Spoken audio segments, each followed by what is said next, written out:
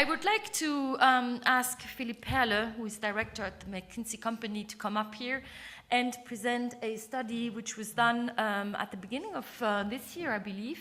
Yeah, it came out about the emerging equity gap, which will be the introduction to our last panel. And this is a panel that I call Back to the Roots, which means what are exchanges doing in terms of helping their companies to list, and there will be a specific focus on the smaller and medium-sized markets and the smaller and medium-sized companies. And I also would like to introduce our world-famous moderator, Mr. Patrick Young, and get ready for some entertainment. Here we go. Judith. Thank you very much. And first of all, I would like to thank FESE for the invitation to FESE. Is this one off, this mic? I would like to thank FESE. Are the other microphones off? Okay. Hello? It's working now? It's not really working. Yeah. I would like to thank FESE for the invitation to address you, and it's my first time to attend this conference, and I must say I'm really impressed. Yeah? And I think it's not only the quality of attendees and the great preparation, but I think what's really unique is that people from the exchange industry come together with policymakers, and that there is a lively debate, which I think is badly needed, so this is fantastic. What I will talk about briefly as an introduction to this panel is to summarize the key findings of a study the McKinsey Global Institute did at the end of last year. And the McKinsey Global Institute, for those of you who don't know it, it's our macroeconomic think tank. We founded it 20 years ago. It's completely independent. It's founded by the partnership of McKinsey, and it focuses on a couple of areas. And one of these areas has always been capital markets and financial markets. And what this study is about, this study has analyzed the long-term trends in supply and demand for equities. So demand from an investor standpoint, so what is the investor demand to invest in equities, and supply from an issuer standpoint, what is also, you could say, demand of issuers to issue equities where they are looking for investors. And I think it's very complementary and nice to the presentation we saw this morning from Larry, which was more focused on what's going on right now. This is a more fundamental long-term piece, and it's important to say that typically the structural trends we are describing here do not necessarily play out next year. This could take a longer time horizon, but we as a firm are quite convinced that what we describe here is of fundamental importance and very significant. So to start with, what you see here is the overview of financial assets, how financial assets are held worldwide today. And you see on the horizontal axis the regions, and on the vertical axis you see the type of investor. So that's not only equities, but all types of financial assets, with the exception of real estate and private equity. And as you can see, 80% of these assets are concentrated today in developed markets, so United States, Western Europe, Japan, and other developed markets. And as you can also see, what are the important buckets? The important buckets are households in the United States and in Western Europe, then pensions, particularly in North America, and in Europe, it's also the banks, which are quite significant, with $12 trillion of financial assets. So when we take a look how this is expected to change over the next 10 years in terms of the split between developed markets and emerging markets, the developed markets you see here are blue, so everything up until here, and then you see China and other emerging markets. Today, the share of financial assets that's held by investors in emerging markets is roughly 20%. Just by comparison, 10 years ago, also 12 years ago in 1990, the share held by emerging market investors was 7%. So that's already quite a significant growth that we have seen over that period. And when we analyzed this and we looked how is this going to change over the next 10 years, then we expect this almost to double. You see here the consensus growth scenario, so that's based on the growth assumptions of macroeconomists that are out there for the various countries, and also on the emergence of a middle class in emerging markets, that increases to 30%. But if you have a scenario which is probably more realistic with currency appreciation in some of these emerging markets, which is likely going to happen over this 10-year period, you could almost reach 40%. So that's very significant. And what does this mean? And there are two things which are important. One is, do emerging market investors invest in equities to the same extent as developed market investors do? Question number one. And question number two is, how is the investment pattern going to change in developed markets? So let me tackle these two questions. To the first question. What you see here is the asset allocation by type of investors, how they invest their financial assets. And you see on the left-hand side, the two bars are traditional investors in developed markets. And as you can see here, in the US, typical allocation is 45% is in equities, whereby in Europe it is also quite high with 34%. Now, if you look at different type of investors in emerging markets, well, sovereign wealth funds, they're heavily invested in equities, and they are also a significant investor group. But there are many other pockets where the equity allocation is quite low. In particular, Chinese private investors, which is the largest and most significant emerging investor base in the emerging markets. It already today is the largest, as you can see here, with 6.5 trillion, and this is expected to grow significantly over this period. Same for other Asian private investors, and also what we shouldn't forget is Asian central banks, which are very significant investors. They don't invest in equities at all. Yeah? So that's one important trend that we need to recognize. Now to the second question, what's happening in developed markets? How is the equity allocation going to change in developed markets? We think there are 5 trends which will ultimately mean that the allocation of equities to equities in the developed markets will also shrink. You find in the report lots of analyses on these. I will just take you quickly through that page that you get the main message. The first one is aging populations. So as people get old, from a certain point in time on, they start to disinvest, and they often switch into fixed income or in pension products from a certain age on. So what will happen just to a different mix of demographies in these countries is that the equities allocation will go down. Second, we have seen over the last 10 years a continued rise of alternative investments, so that institutional investors allocate an ever-growing part to alternative investments such as private equity or hedge funds or real estate. There are question marks whether this trend will continue. It's also not the most significant, as you will see. The third one is pension changes. So there is in many countries there's a shift from defined benefit schemes to defined contribution schemes, and that has impact on 2 dimensions. Typically defined contribution schemes, they invest less than defined benefit schemes, and secondly, they invest less in equities. You know? So that has an impact. Then changing regulation, Solvency II, Basel III, and other national regulation is making the investment in equities for financial institutions in particular less attractive. And as you might remember on the first chart, particular banks in Europe are significant equity investors, so they will disinvest a lot of their equity holdings. And last but not least, it's difficult to say how particular private investors will perceive the opportunities in the equities markets. The returns over the last 10 years have been quite terrible, and many private investors have been burned twice, 4 years ago and 10 years ago, and it remains to be seen to what extent it's possible over this period to regain private investors into the equity market. So overall, all of this means we believe that the share of assets that's allocated to equities in developed markets will shrink. Now, the effect of that you see here. So this is the global asset allocation in 2010, and this is our forecast of the global asset allocation in 2020.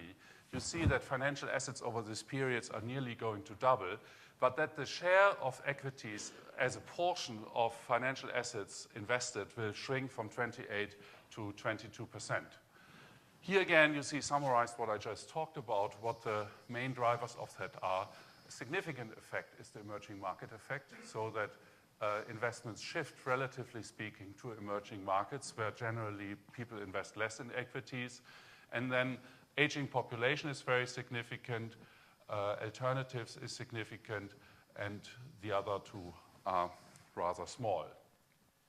So this is the demand side, so demand from investors for equities. How does this meet now the supply side, so the needs of issuers to issue equities?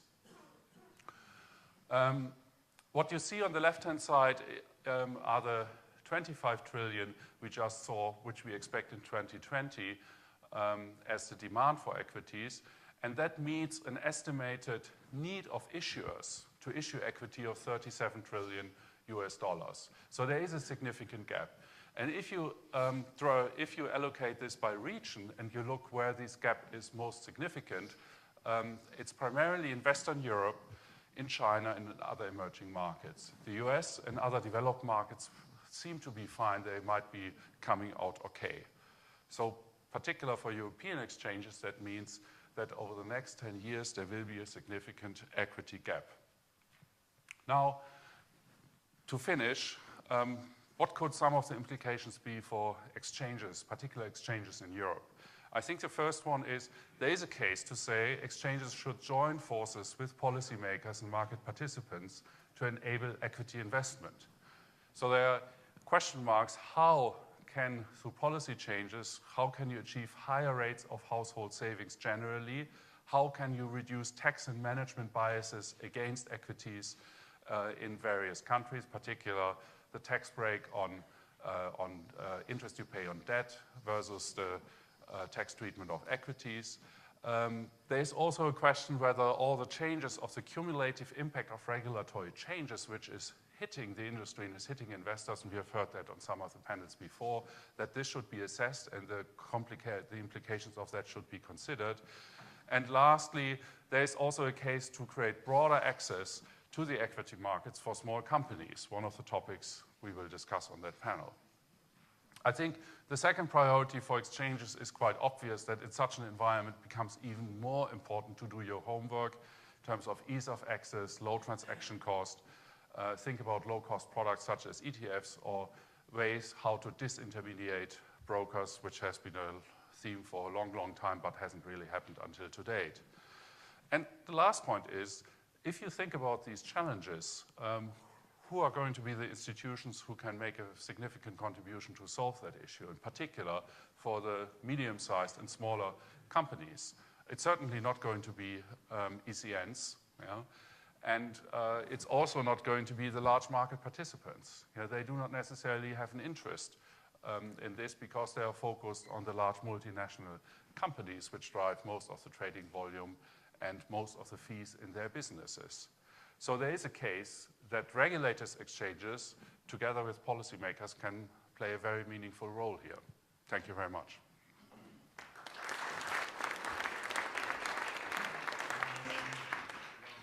Thank you very much, Philip, for that interesting presentation. I must admit, I mean, I realize this has now become sort of almost a report that seems to have joined a lot of the phase consciousness, and everybody seems to be terribly excited by it, but I'm actually not convinced by this report. I know you talk about it with a lot of passion, and I listened to you last night over dinner, and I was very interested, and I went back and I reread most of the report for a second time, and while I think that you have made some quite good conclusions, and I think those are thoroughly worthwhile, and we're going to go and discuss them, unfortunately, well, the world is undoubtedly moving east. I don't think that's an issue, and I don't think we can really criticize that. But it strikes me that there's a fundamental lack here of supply, demand analysis, and indeed cyclicity based in what goes on. And I also think that your analysis lacks really much of a discussion of price, which is a kind of fundamental of capital markets.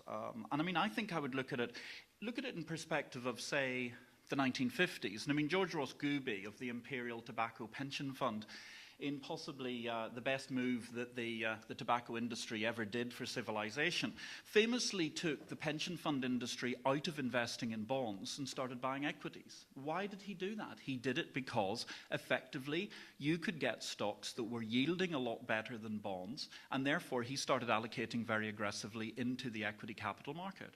And you see, the problem I have with this analysis is, while I think it does a very good job in flagging what could be potentially a problem, it sort of raises a sort of Y2K problem for capital markets. And as we all know, Y2K was the greatest bonanza for the consulting industry that we've ever seen, ultimately to no avail, because of course nothing happened on actually the 1st of January 2000 itself.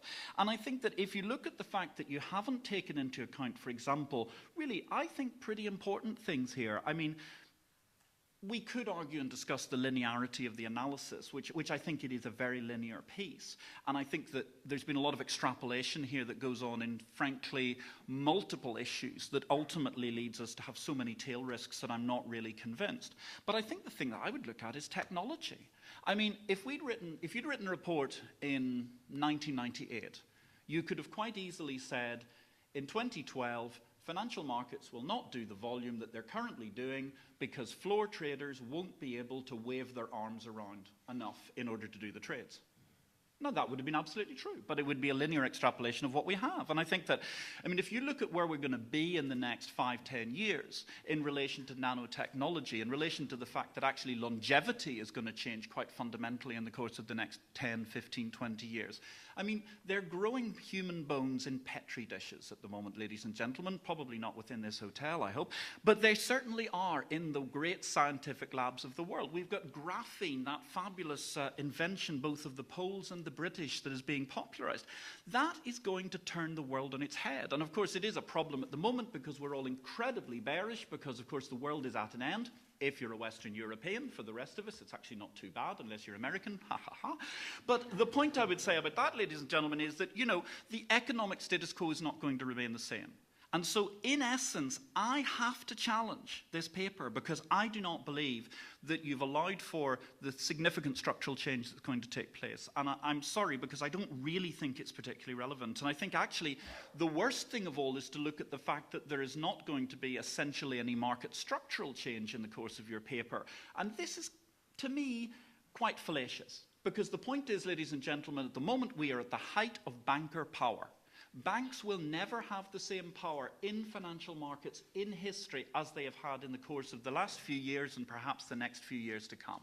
The peer-to-peer system, micro-lending, the whole system, the way that the marketplace is being flattened out, and indeed what has been the fundamental impact on exchanges, that's going to change the world. And ultimately, demand, supply, and price are going to change every possible vestige of this market. And so therefore, while I do absolutely think there are some interesting pointers in the conclusion of this paper, I'm afraid I don't agree with it. However, moving on from that, we do, as Philippe says, have a very, very important task to discuss the business of small, medium enterprise funding today.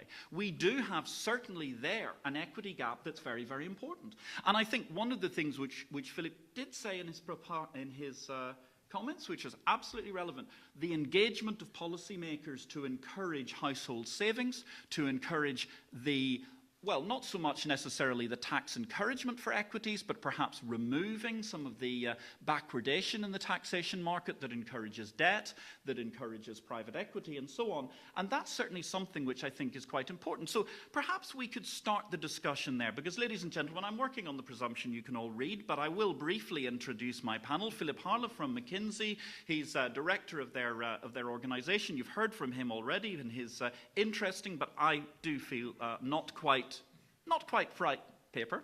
Roland Bellegarde, who's a member of the management committee of New York Stock Exchange Euronext Group. He's been a veteran of this organization, I think going back something like 25, 26 years or something like that. I know he does not look that old, ladies and gentlemen. I completely agree. It's a situation where he has seen multiple changes from the Monep, the Matif, the Paris Bourse, and everything that's ultimately ended up in the incredible corporate coagulation that is the New York Stock Exchange Euronext Group around the world. Then to my right, a gentleman who of course hosted us for a magnificent dinner last evening, Abraham Turhan. He's the Chief Executive of the Istanbul Stock Exchange. He's coming with a background of a very strong and interesting academic career before he acceded and is now filling the shoes of Hossein Erkan, to whom we offer our heartiest congratulations on being appointed as head of the World Federation of Exchanges. And finally, we have on the right-hand side someone else who's going to, I suppose, really be the key spokesperson for the emerging Europe debate, but I happen to be entirely on his side in that. Ivan Takev, he's the chief executive of the Bulgarian Stock Exchange. He's someone who worked under, as chairman of the exchange, a very good friend of mine, Viktor Papazov, and it's really a delight to have this panel here today.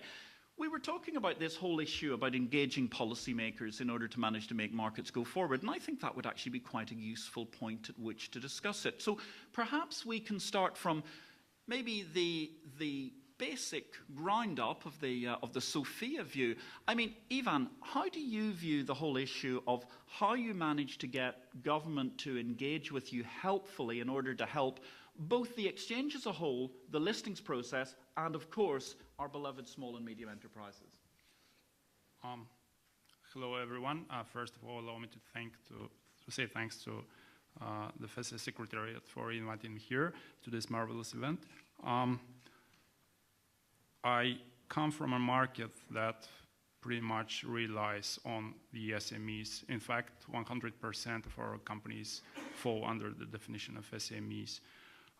These markets usually rely on the support of their governments in order to be able to grow and to provide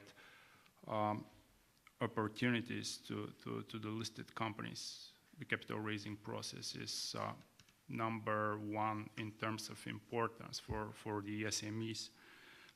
So in this sense, I pretty much admire the efforts of the European authorities to introduce that SME growth markets concept in the European regulatory framework, which further needs to be transposed into the local regulatory framework with more specific features and specific incentives. That is where the government is supposed to take the lead. That, of course, is a good thing as long as the government will be able to precisely define the features that will suit those markets and will be able to reinvigorate the SME financing. But here I must share my concern about that open regulatory framework. As long as the individual member states will have to define their own incentives for the SMEs, that means that the features and the specifics of the SME growth markets will vary will vary to a certain extent between one country and another, which means that some regulatory arbitrage may appear as long as it is very easy to get listed on another exchange throughout the European Union, as long as you have a valid prospectus approved by your local regulator, as long as some of the regulations provide for more favorable incentives. The private companies from one member state may decide to list on other exchanges, thus completely ignoring their local home market. Of course, that's not necessarily a bad thing, as long as the basic idea of the European Union is to promote competition and competitiveness of the regulated markets, but any badly shaped regulatory requirements may shift the local business towards other foreign markets.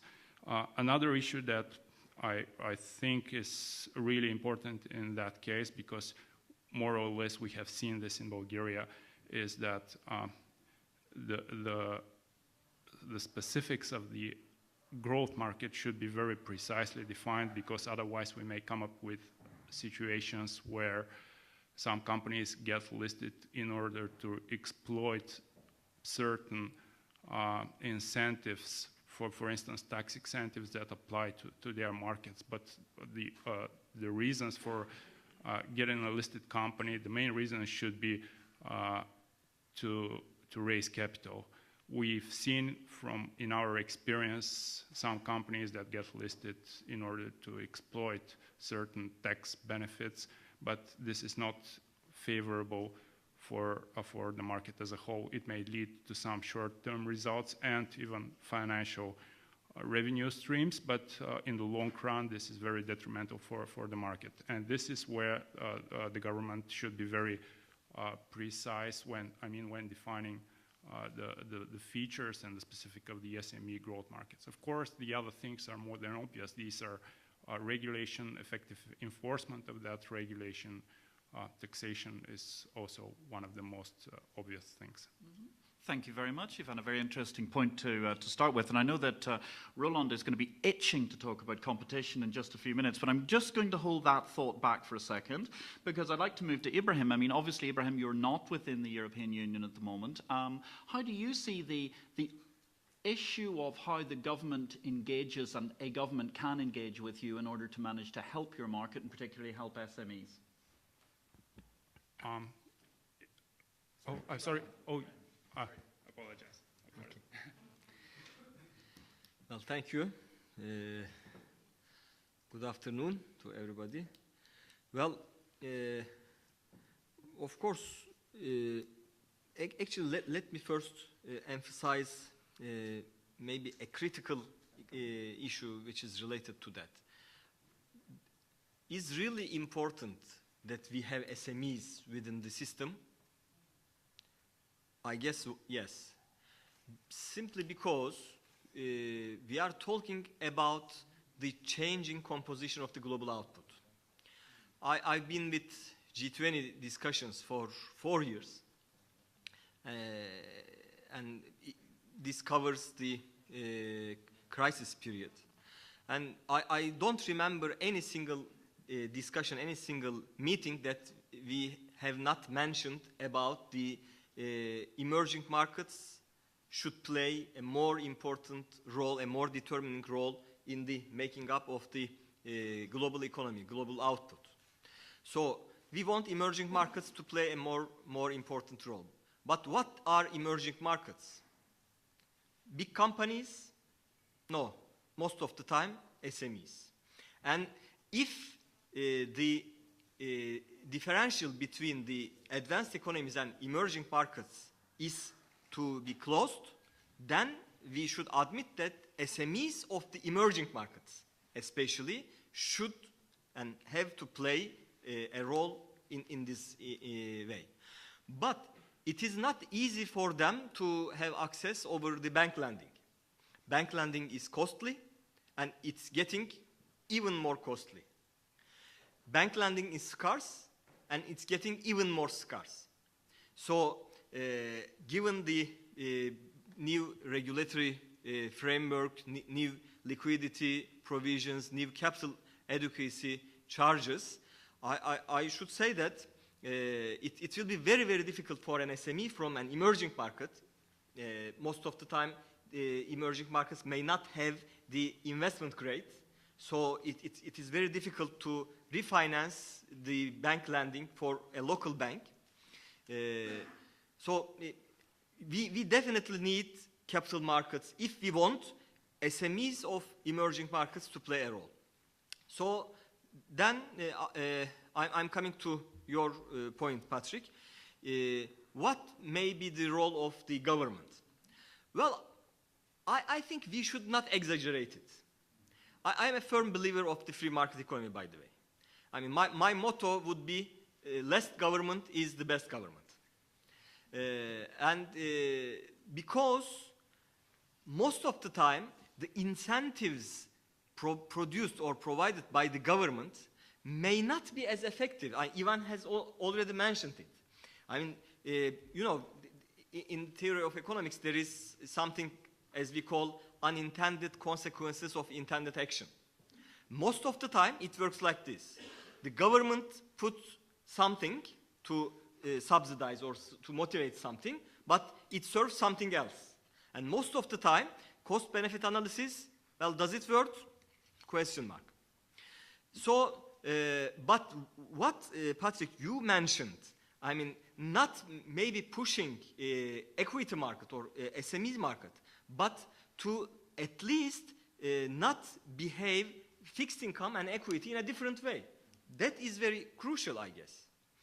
And I'm asking this question to myself and to everybody in the conferences I attend. If we know that when government subsidizes something, we end up having more of that thing, why taxation systems are subsidizing fixed income? We know that leverage, and especially excessive leverage, is bad, and it causes trouble. So why we are favoring leverage, we are favoring borrowing over equity participation?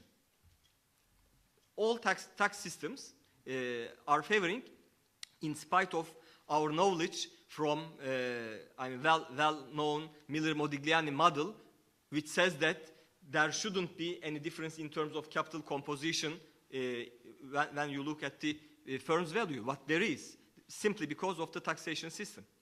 So my personal suggestion would be, if any, the governments should do, the most important or the most productive decision or measure would be to treat debt and equity at the same time, in the same manner.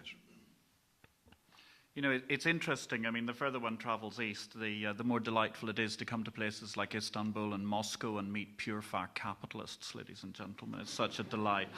They're an endangered species, and on the basis of that speech, Ibrahim, all I can say is the sooner Turkey is within the EU, the better.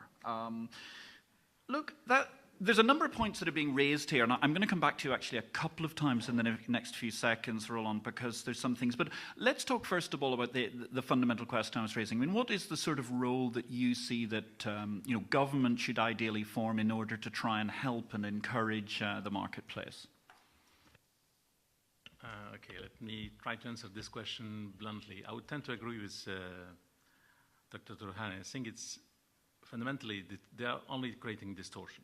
So once they have started to create distortion, it's very hard to revert back. And what we're all trying to do right now is to try to slightly tweak this distortion towards the equities. But fundamentally, all the European governments, all the governments everywhere in the world tend to interfere. They believe they try to interfere for the good reasons, but they're fundamentally distorting the whole thing.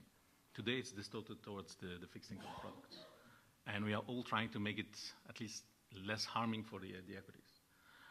So what we can try to do with the governments is try every time they have a new idea, like transaction tax, like creating new ways of funding for SMEs, because they are concerned about funding for the SMEs.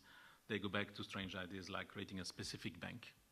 And they used to wonder why such a specific bank will be different from the other banks. But you may get an answer that it's going to be a bank directed by the government with some strong instructions, but it hardly gives an answer. So our role as an exchange, beyond what we can do ourselves for the SMEs, with our interaction with the government, is mainly to try to prevent them to do the wrong things. Trying to prevent government from doing the wrong thing, well, certainly, at least if nothing else, it's an ambitious scope, Roland, particularly given recent activities by some governments that will remain nameless.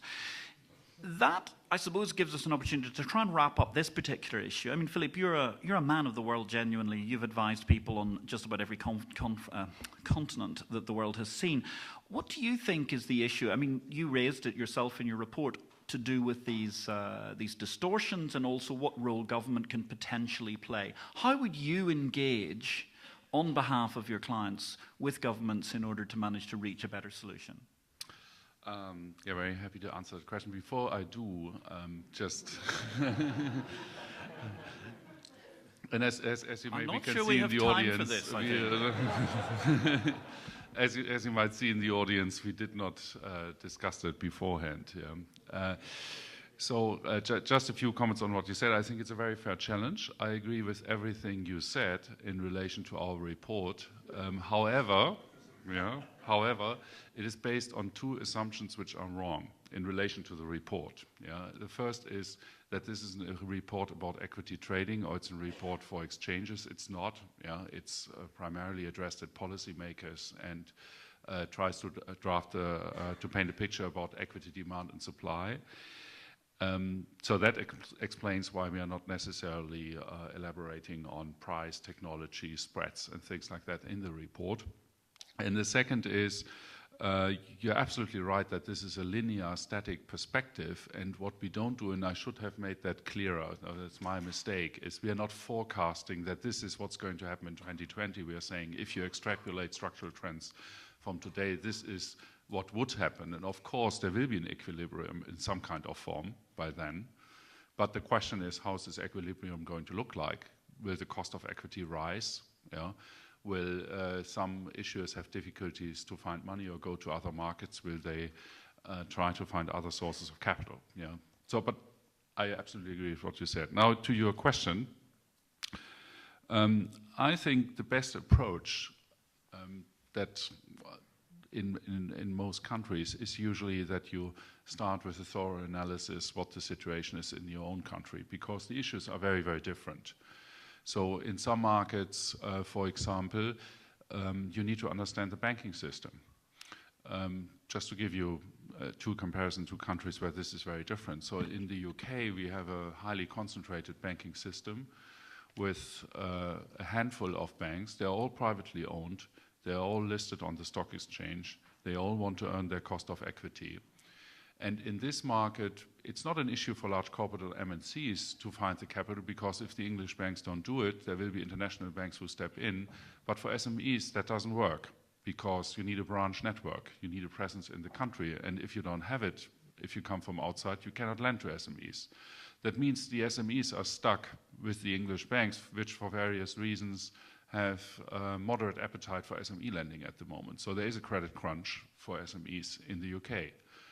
Now we take another market structure like you find in many European markets, where you have a very fragmented banking landscape and lots of savings banks and cooperative banks. And in these markets, there is not necessarily an SME issue in terms of bank credit. Yeah? So this is just an example to illustrate that you cannot say what is the SME issue and then you just apply to your country, but you need to understand the specifics of that market to start with. I think the second thing by experience is that you need to think carefully who are the people who can influence this and who are the people who have an interest in doing this. And it's usually a combination of a few industry leaders. It's very often, for example, can be the CEO of the exchange or the two exchanges in the country, plus a few banking CEOs, plus maybe an industry association. And then you need to identify the people in the government who have an interest in that and who are passionate about it. Yeah? And you need to join forces with them. Also take them through the analysis and discuss that with them so that the issue is understood. And once the issue is understood and you have thought about what potential options are to address it, I absolutely agree with what has been said so far on the panel, that this is everything but easy what you actually do. You know? And many of the things governments like to do in this case do rather damage than good. And the grand solution, which I would agree with, would be fantastic if equities were tax-wise treated in the same way like debt. Is very unlikely to happen, because usually you are in a dilemma.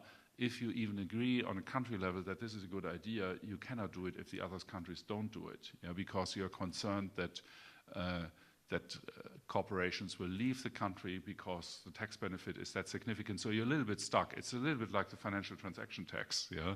But on a much larger and more complex scale. The financial transaction tax is a small little mouse compared to this issue. Yeah?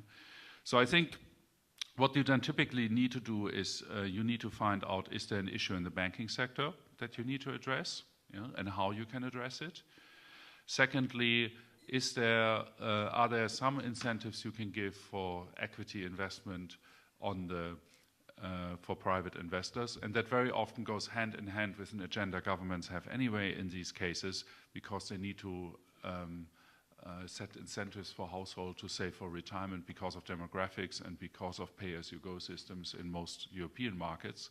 So they need to do this anyway, and they also need to understand that wealth creation ultimately without equities is very, very difficult. If you invest as a private investor and you only invest in fixed income securities, I mean, we were very lucky over the last 10 years because interest rates were falling all the time.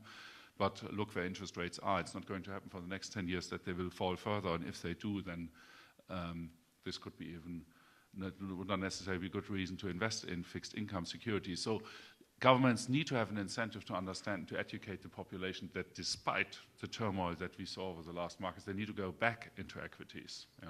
So these are the typical things which come out of such an exercise. Which leads me to a series of interesting questions, and I'm not quite sure what order we'll take them in. But actually, I think first of all, I'm going to go back actually to Roland, because we have discussed, therefore, the issue in relation to government action and so on. But of course, also then there comes an interesting question in relation to competition. And I'm just curious, I mean, how do you think that the overall exchange competitive landscape impacts upon, say, the environment for SME businesses per se?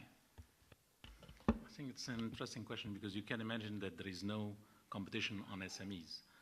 And there is no direct competition on SMEs, but there is an impact of the overall MiFID regulation on the landscape for the SMEs.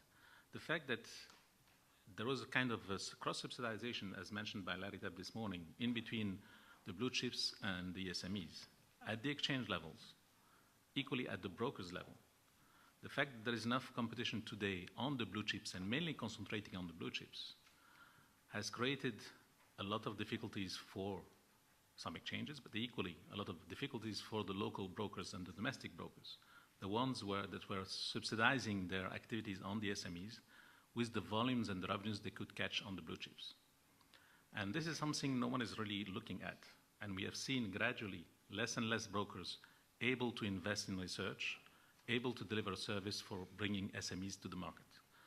And this has a very strong effect over the years. You could see some of the intermediaries disappearing gradually.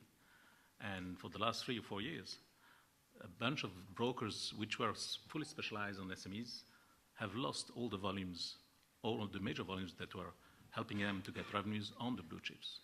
And this subsidization is gone. So this is an indirect effect. And I think it will continue. And it's hard to see what the answer is to such a problem. Ibrahim, how do you find that affects you? Because obviously you're not in such a competitive environment, but you presumably have the same sort of trickle-down effect of blue chip transactions and blue chip companies that are effectively cross-subsidizing the lovely nursery garden of SMEs. Well, of course, as the exchange, we are not facing, let's say, structured competition, but everybody knows that outside of Turkey, Turkish securities are traded. But when it comes to the trade-off between those blue chips and SMEs, well, of course, last year we established a market for SMEs, and this enables SMEs to issue their shares in an easier way, because otherwise if they are traded in the same market, of course it will be not possible for them. But this is a specific market, and we call it emerging companies market. For the time being, we have 6 companies since the start of this year, since January the 1st, we have had 6 companies issued their shares there. So not bad, given the instability that we are observing around the world. 6 IPOs for SMEs. And one of them could manage to jump the Premier League even. I mean, it's a success story. But I think, of course, we should keep into mind that this risk perception problem that cause migration from equities to fixed income has a similar effect among the shares as well, equity as well. Of course, investors when to buy, prefers blue chips over SMEs shares, although SMEs shares are more promising in terms of return, but to remain in the safe side, most of time we observe that investors prefer as well the blue chip companies. Okay, that's a very interesting point altogether. And I suppose that leads me on to, therefore, the next question, which I'd like to ask, which is really, how do you as exchanges, and I'll let Philip have the last word on this, as he's clearly not an exchange, how do you manage to improve the offering that you've currently got to both encourage SME companies to come to your market and also help them list? And I'm going to start actually with you, Roland, because certainly, one of the things that NYSE Group has done recently, which I think was absolutely magnificent, is you bought a stake in, was this the receivables exchange, which basically is a way of factoring, invoicing receivables amongst small, medium-sized businesses, and indeed large ones. And I think it's absolutely a superb business. There's a European equivalent kind of business market invoice. It's effectively helping with the cash flow to SMEs at the same time as presumably you're able to offer them listing services. So what else can you do in order to manage to help SMEs? Let's start with Roland. Okay. So I think if you can summarize it, it's in one word, it's scale. We do have scale, and scale matters, including for SMEs. So you mentioned what we named agencies type of services. So we have both this exchange of receivables. We are providing more type of services for issues when they want to organize their governance, when they want to have advices, when they want to do their meetings, when they want to have an opportunity to discuss corporate governance or even interact with regulators. We are there to help them. This is probably one side of the services we can provide for the listed companies, for large companies as well as for the SMEs. On the other side, when you go to other countries in Europe mainly, where the culture is not the same as in the US, we are basically designing and setting up more things for SMEs. By the fact that on the same trading platform, you could get more of the securities SMEs to be traded as well as the blue chips, by combining in the market data the feeds for blue chips as well as for the SMEs, you can basically, we are bundling some of the services. So we are providing more visibility for those companies. We're trying to promote those companies towards investors. We're organizing roadshows. We're organizing meetings one-to-one between investors with the help of the brokers and the companies. We are setting up and developing what we named ecosystem. So we are creating associations in each country. We are helping them to promote their services. We're helping them to be known. We're helping them to structure themselves. It's, bringing companies to the market, it's not, I would say, a natural step. You need to have a lot of intermediary and participants, lawyers, consultants, regulators. Everyone should be caring about those SMEs. So we're basically coordinating all these efforts country by country. We do also build tools like indices specific for SMEs. We are helping by creating the right liquidity type of mechanism. Liquidity providers, could be trading hours, could be tick sizes, everything that would help those companies to see some liquidity. Because again, it's a kind of virtuous or vicious circle. If you have a minimum level of liquidity, attention will be brought to you by this liquidity. Investors will look at it. Research will start to be done. Research will create more volumes, etc. And we are now at the lowest level of the cycle. There is no research on those companies, no one willing to look at it, no one willing to invest in it. So that's what we're trying to do on both sides, adding services, agency type of services for listed companies, but on the other side, helping and creating ecosystems that would promote those companies to come to the market. Fascinating. Ivan, obviously you don't have the incredible scale, but at the same time you have a remarkable cost base and you've got other advantages. What can you do to really help these SMEs come to market and help them with services? From our perspective, probably the best thing that an exchange can do in order to facilitate the SME financing is to try to bridge the gap between expectations and reality. The expectations of the business, what they should expect from the stock market when they got public, and the expectations of the investors, what they should expect from the listed companies. From our experience, one of the worst things that actually happened was that great mismatch between the expectations of the investors. Most of them, when entered the markets, because of the low investment literacy at that time. Most of them decided they would become millionaires in a matter of weeks. Obviously, that didn't happen. And that led to a significant disappointment, and which damaged both markets, market participants, the investors themselves, and the listed companies. We, as an exchange, can promote the investment literacy on the market. We engaged in numerous activities intended towards that investment education. We constantly meet our listed companies and many non-public companies that we think might potentially become good listed companies. We analyzed more than 1,000 non-listed companies in Bulgaria and approached them to see what their feeling is. Do they have any plans to become listed companies in the future? Well, the results are rather controversial, and that's pretty much expected considering the fact that we are still in the middle of the crisis. But as an exchange, we are trying to constantly put efforts intended towards better literacy. That's a very, very good point, I think. I mean, investor literacy for everybody, I think that's something we'd all agree with completely, and it's a never-ending journey. What do you think, in addition to those points, can be done, Ibrahim, in order to manage to improve the service offering of your exchange?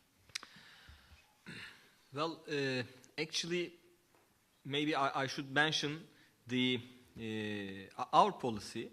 We come together with our regulatory authority, Capital Markets Board, and Capital Market Board, our exchange, the State Agency for Small and Medium-Sized Enterprises Development, and Association of Financial Intermediaries operating in capital markets. We all come together and sign a protocol, an agreement to support SMEs. For example, we are covering, especially this SME Development Agency and Association of Financial Intermediaries, are covering all the cost of IPO. So it costs basically zero to SMEs to go public.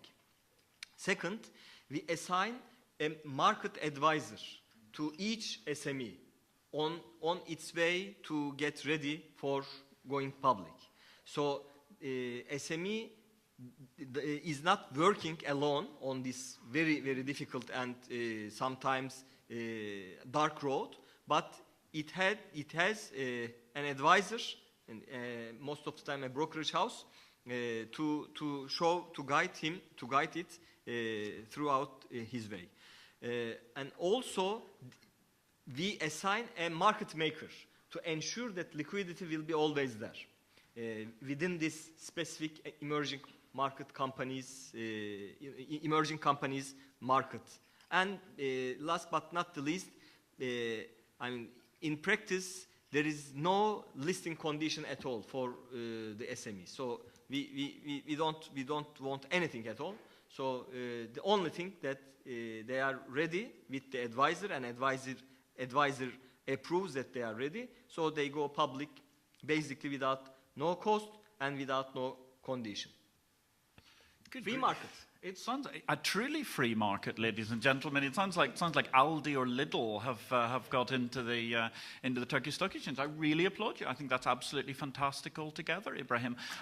Roland, I'm sure you want to say something more about this. I want to say that it's investor education and its financial planning are very important elements. And just coming back also to what this morning was debated about Facebook. People tend to forget what an exchange is for. And everyone realizes that having a bank doing an IPO is a normal thing, but not really so far away. And we still have it in some exchanges in Europe. We do provide and do the IPO, we do the allocation of shares. We can do this Dutch auction, or can do different type of auctions. And it has much more neutrality in it. And you would not face this type of debates that you have had with Morgan Stanley on Facebook. So fundamentally, we have to see that today the listing we have to regain part of this process, which has been left completely to the banks, and themselves today do allocate the shares to their best customers, or sometimes to the ones that they believe can handle those shares directly. So I think it's very important to review step by step the process of a listing and redesign what's the right process and who should do the allocation of shares to have a proper market behind it. I think that's fascinating, and if only we had another, I don't know, couple of days, we could manage to get into the role of investment banks in this area, because I think that's absolutely key, and I think it's very important. And actually, I want to throw the discussion open to the floor for just a second. Philippe, I'm sorry, I'm going to have to hold you back. And because apart from anything else, I'm quite sure I would really like to encourage a contribution from somebody with considerable experience in the SME market. Deirdre, would you like to say something? Because I know the Irish Stock Exchange, massive marketplace in SMEs and so on. I'm just curious as to what you think about the discussion so far. The lady in the red dress, please. Lady with the microphone, who's just been volunteered to speak. Never lost for words. She's Irish. You never beat the Irish. We've all learnt that in Euro 2012, except on the pitch. Deirdre Somers, Chief Executive of the Irish Stock Exchange. Cheers, Patrick. I'll meet you at dinner tonight. Promises, promises. Thank you very much for a very illuminating discussion, and I really enjoyed it. I think actually I was struck by the difference between the approaches of each of the panel members, and I think somewhat to a certain extent, and I say this with huge caution because of the globalization debate that we've had in the earlier part of the morning, and we've had what would seem to me to be a much more regionalized discussion in this panel. To what extent, and I take what you say, Roland, about scale, I don't know if I accept it to a huge extent with the SME market, but to what extent do you believe that the solutions for SME finance are regional or global in nature? I think they are regional, but in a point where, for me, the region is Europe. And it has to be like this, because it's the only way to gain scale and to have more investors interested in those assets. If you try to do it, a region being a country, fundamentally it's a big issue. You won't be able to have enough investors, because you do not have the same type of companies existing in one country. You have to compare them to peers which are probably in different countries across Europe. And investors want to invest in certain type of companies doing certain type of business, and you will find them across Europe. So for me, it's regional in the sense of Europe globally. And for me, this is the trend. I mean, probably MiFID was intended to lower the cost of capital to companies and not for the blue chips by nature, because they are already global. But the intention of MiFID 1 was to lower cost of capital for SMEs. The outcome is not this one. The outcome is that those companies are getting out of the market.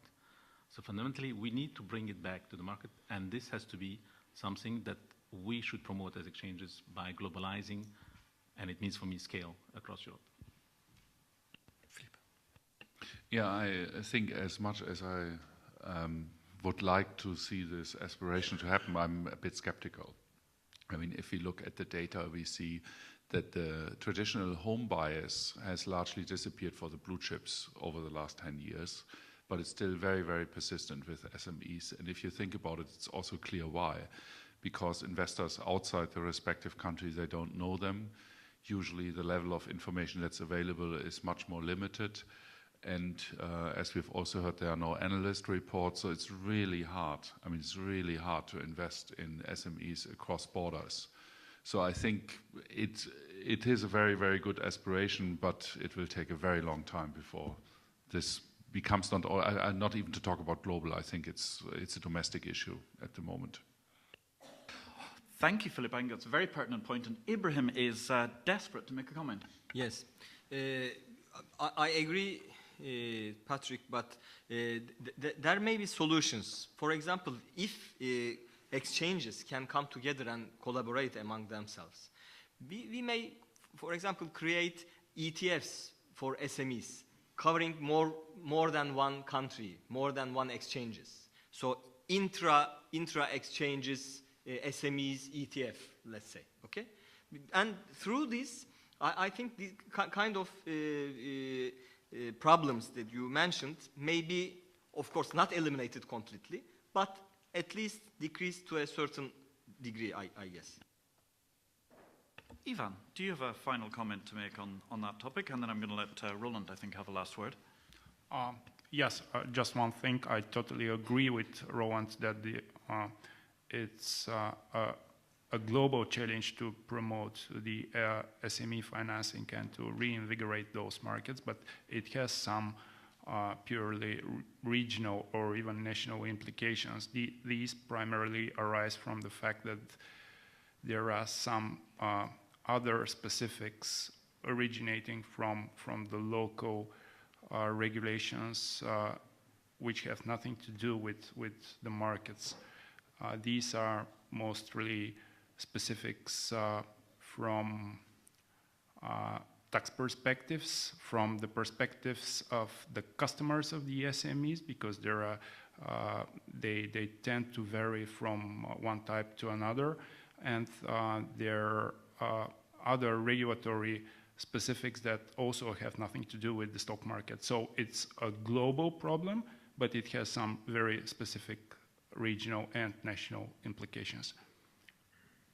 Just want to come back to one statement that was made this afternoon. It's not an elevator, it's stairs that you have to climb. And my own experience is, all you mentioned is right, it's true. There are tax issues, there are harmonization issues, there are ownership rights issues. Europe is very complex. There are many countries and many individual regulations. But it's doable. We have done it already across 4 countries in Europe, to harmonize everything, allowing investors of 4 countries to invest in the securities of those 4 countries in the same way. We have not been able to harmonize the taxation for individual investors, for sure. But again, this is not about the product. This is about the individual investors. But you can make a product available across many countries, potentially and in a very harmonized way, and this should help. But it's a long journey. It's not something that you can do in one day. It took us 5 years to harmonize the 3 countries. But if no one starts doing it, it will never happen. It won't happen by magic.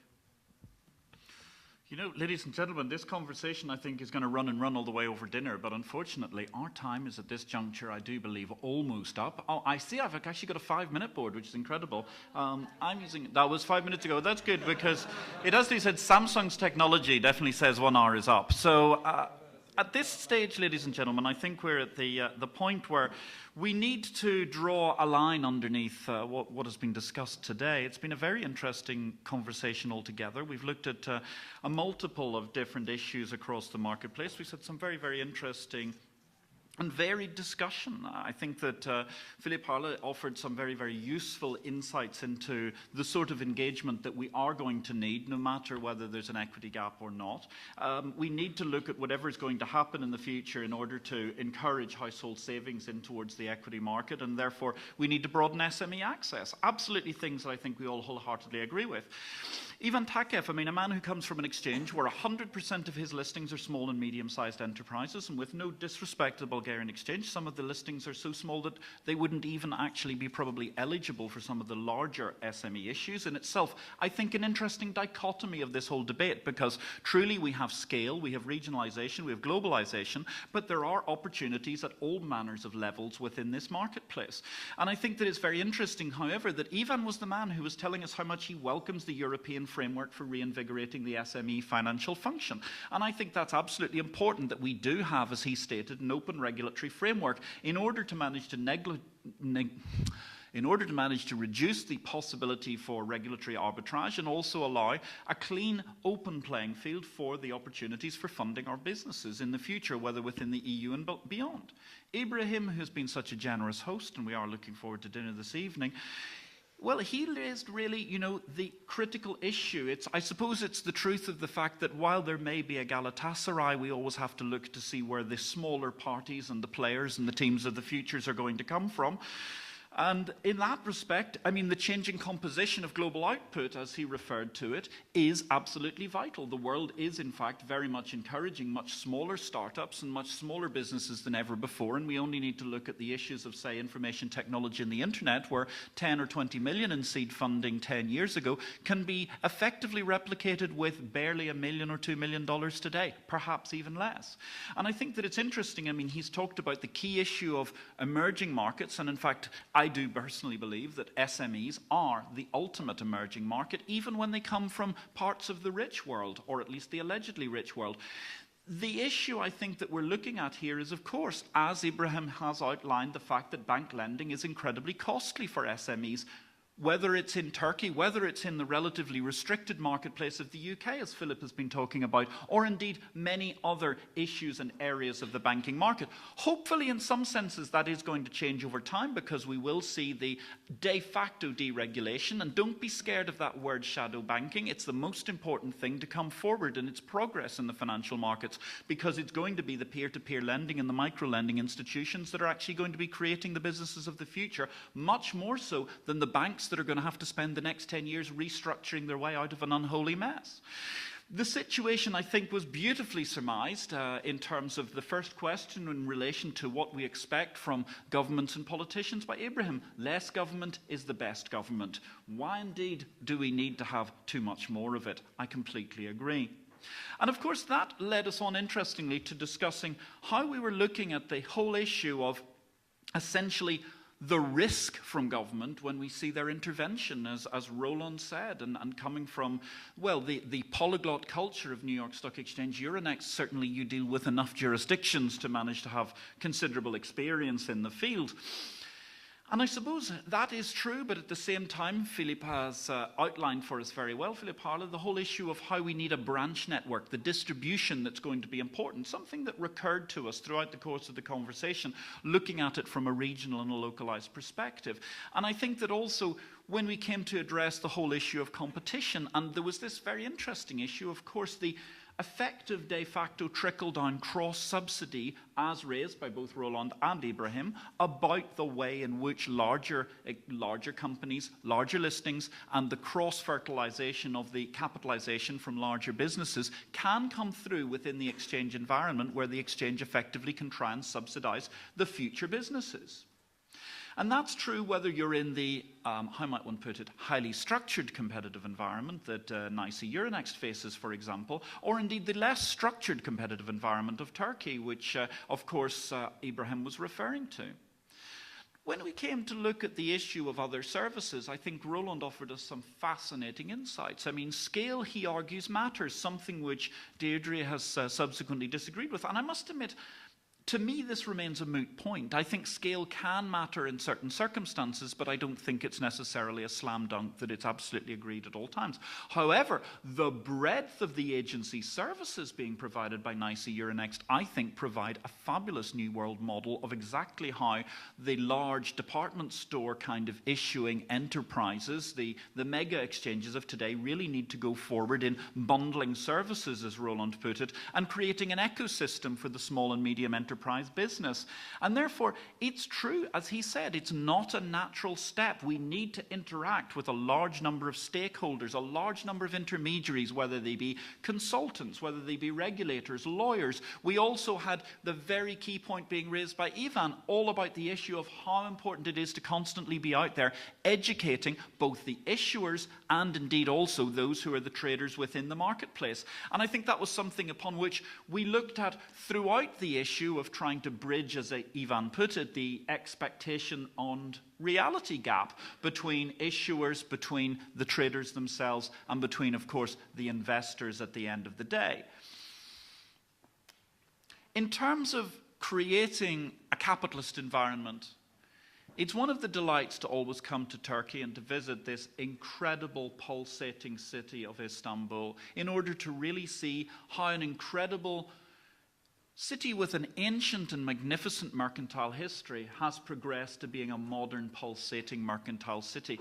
And I think it's truly mind-blowing, actually, what Ibrahim was telling us. I mean, the creation of a regulatory board and a related protocol for SMEs with all of the related stakeholders that has effectively allowed a zero cost to go public for a business. That is absolutely sensational. To have that, to have effectively the nomad, the nominated advisor, the assigned market maker, and so on, all of those things which in particular AIM first popularized and made very, very useful within Europe. And I think it's sensational because that sort of zero cost has surely got to be an incentive to anybody within capitalism itself. And of course, I was delighted to see the intervention of Deirdre Summers from the Irish Stock Exchange. Thank you so much for your very, very prescient remarks. And I think it is true. I mean, Philippe has raised a very interesting key point in relation to the localization of buyers of small, medium enterprises. I'm left wondering, though, is it just purely a local transaction? In the age of the internet, can we not create perhaps a form of vertical silos of expertise where investors can exist and actually function across borders, presumably within the European Union, in order to manage to make things go forward? Sadly, ladies and gentlemen, we have not been able to discuss the American Jobs Act, a fascinating piece of legislation. We have not been able to get so far as discussing crowdfunding and other issues that are here for the futures of this market. But one thing I will finish with in order to say something in relation to all of our panelists today is that I certainly come away very, very optimistic. The opportunity is undoubtedly there, even in these difficult times. And in a world moving east, I think we have an incredible possibility, even though this is a challenging market at the moment. The exchange model is still very good, and it is the ideal model for the small and medium enterprise, all the way up to the largest caps. With that, I thank my